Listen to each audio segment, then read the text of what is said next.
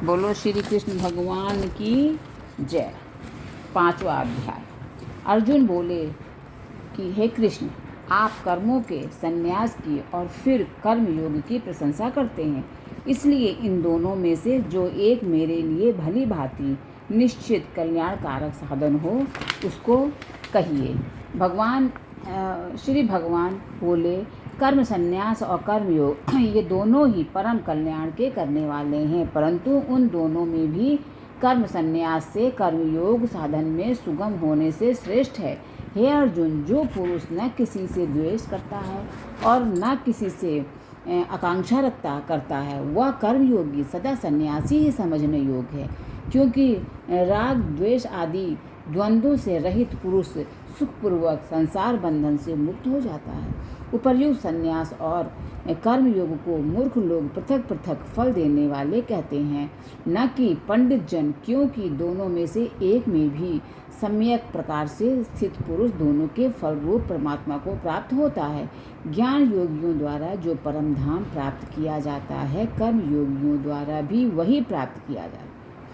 इसलिए जो पुरुष ज्ञान योग और कर्म योग को फल रूप में एक देखता है, वही यथार्थ देखता है। परंतु हे अर्जुन, कर्मयोग के बिना संन्यास अर्थात मन, इंद्रिय और शरीर द्वारा होने वाले संपूर्ण कर्मों में कर्तापन का त्याग प्राप्त होना कठिन है, और भगवत स्वरूप को मनन करने वाला कर्मयोगी पर ब्रह्म परमात्मा को शीघ्र ही प्राप्त हो जाता है, जिसका मन अपने वश में है, जो जितेंद्रिय एवं विशुद्ध अंतःकरण वाला है, और संपूर्ण प्राणियों का आत्मरूप परमात्मा ही जिसका आत्मा है। ऐसा कर्मयोगी कर्म करता हुआ भी लिप्त नहीं होता। तत्व को जानने वाला सांख्य योगी तो देखता हुआ, सुनता हुआ, स्पर्श करता हुआ, सूंघता हुआ, भोजन करता हुआ, गमन करता हुआ, सोता हुआ, श्वास लेता हुआ, बोलता हुआ, त्यागता हुआ, ग्रहण करता हुआ तथा आँखों को खोलता और मूंदता हुआ भी सब इंद्रियां अपने अपने अर्थों में बरत रही हैं। इस प्रकार समझकर निसंदेह ऐसा माने कि मैं कुछ भी नहीं करता हूँ। जो पुरुष सब कर्मों को परमात्मा में अर्पण करके और आसक्ति को त्याग कर कर्म करता है, वह पुरुष जल से कमल के पत्ते की भांति पाप से लिप्त नहीं होता। कर्मयोगी ममत्व बुद्धि रहित केवल इंद्रिय, मन, बुद्धि और शरीर द्वारा भी आसक्ति को त्याग कर अंतःकरण की शुद्धि के लिए कर्म करते हैं। कर्मयोगी कर्मों के फल का त्याग करके भगवत प्राप्ति रूप शांति को प्राप्त होता है, और सकाम पुरुष कामना की प्रेरणा से फल में आसक्त होकर बंधता है। अंतःकरण जिसके वश में है, ऐसा सांख्य योग का आचरण करने वाला पुरुष न करता हुआ और न करवाता हुआ ही 9 द्वारों वाले शरीर रूप घर में सब कर्मों को मन से त्याग कर आनंद पूर्वक सच्चिदानंद घन परमात्मा के स्वरूप में स्थिर रहता है। परमेश्वर मनुष्यों के न तो कर्तापन की, न कर्मों की और न कर्म फल के संयोग की ही रचना करते हैं, किंतु स्वभाव ही बरत रहे हैं। सर्वव्यापी परमेश्वर भी न किसी के पाप कर्म को और न किसी के शुभ कर्म को ही ग्रहण करता है, किंतु अज्ञान के द्वारा ज्ञान ढका हुआ है, उसी से सब अज्ञानी मनुष्य मोहित हो रहे हैं। परंतु जिनका वह ज्ञान परमात्मा के तत्व ज्ञान द्वारा नष्ट कर दिया गया है, उनका वह ज्ञान सूर्य के सदृश उस सच्चिदानंद घन परमात्मा को प्रकाशित कर देता है।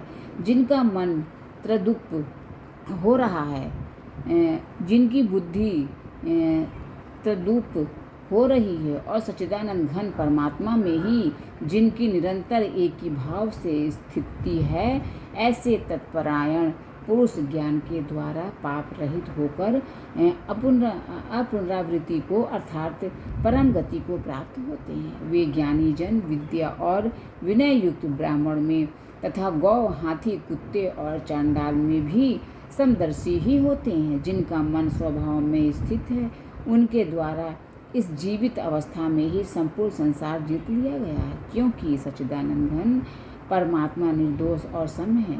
इससे वे सच्चिदानंद घन परमात्मा में ही स्थित हैं। जो पुरुष प्रिय को प्राप्त होकर हर्षित नहीं हो और अप्रिय को प्राप्त होकर उद्विग्न न हो, वह स्थिर बुद्धि संशय रहित ब्रह्मवेत्ता पुरुष सच्चिदानंद घन परम ब्रह्म परमात्मा में एक ही भाव से नित्य स्थित है। बाहर के विषयों में आसक्ति रहित अंतःकरण वाला साधक आत्मा में स्थित हो ध्यान जनित सात्विक आनंद है उसको प्राप्त होता है। तदंतर वह सच्चिदानंद घन पर ब्रह्म परमात्मा के ध्यान रूप योग में अभिन्न भाव से स्थित पुरुष अक्षय आनंद का अनुभव करता है। जो ये इंद्रिय तथा विषयों के संयोग से उत्पन्न होने वाले सब भोग हैं, वे तद्यपि विषयी पुरुष को सुख रूप भासते हैं तो भी दुख के ही हेतु है और आदि अंत वाले अर्थात अनित्य हैं। इसलिए हे अर्जुन, बुद्धिमान विवेकी पुरुष उनमें नहीं रमता जो साधक इस मनुष्य शरीर में शरीर का नाश होने से पहले पहले ही काम क्रोध से उत्पन्न होने वाले वेग को सहन करने में समर्थ हो जाता है।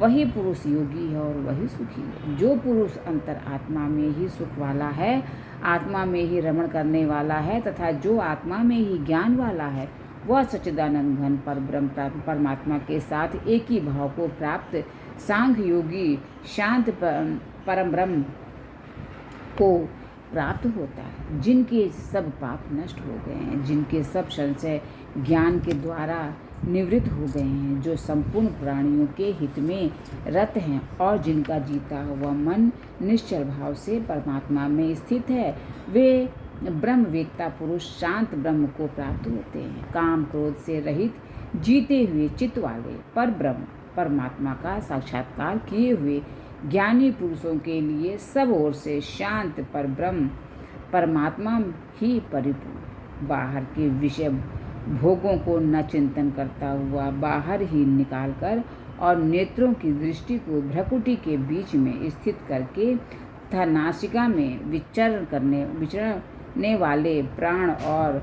अपान वायु को सम करके जिसकी इंद्रियां मन और बुद्धि जीती हुई हैं, ऐसा जो मोक्ष परायण मुनि इच्छा भय और क्रोध से रहित हो गया, वह सदा मुक्त ही है। मेरा भक्त मुझको सब यज्ञ और तपों का भोगने वाला, संपूर्ण लोकों के ईश्वरों का भी ईश्वर तथा संपूर्ण भूत प्राणियों का सुहृदय अर्थात स्वार्थ रहित दयालु और प्रेमी ऐसा तत्व से जानकर शांति को प्राप्त होता है। बोलो श्री कृष्ण भगवान की जय।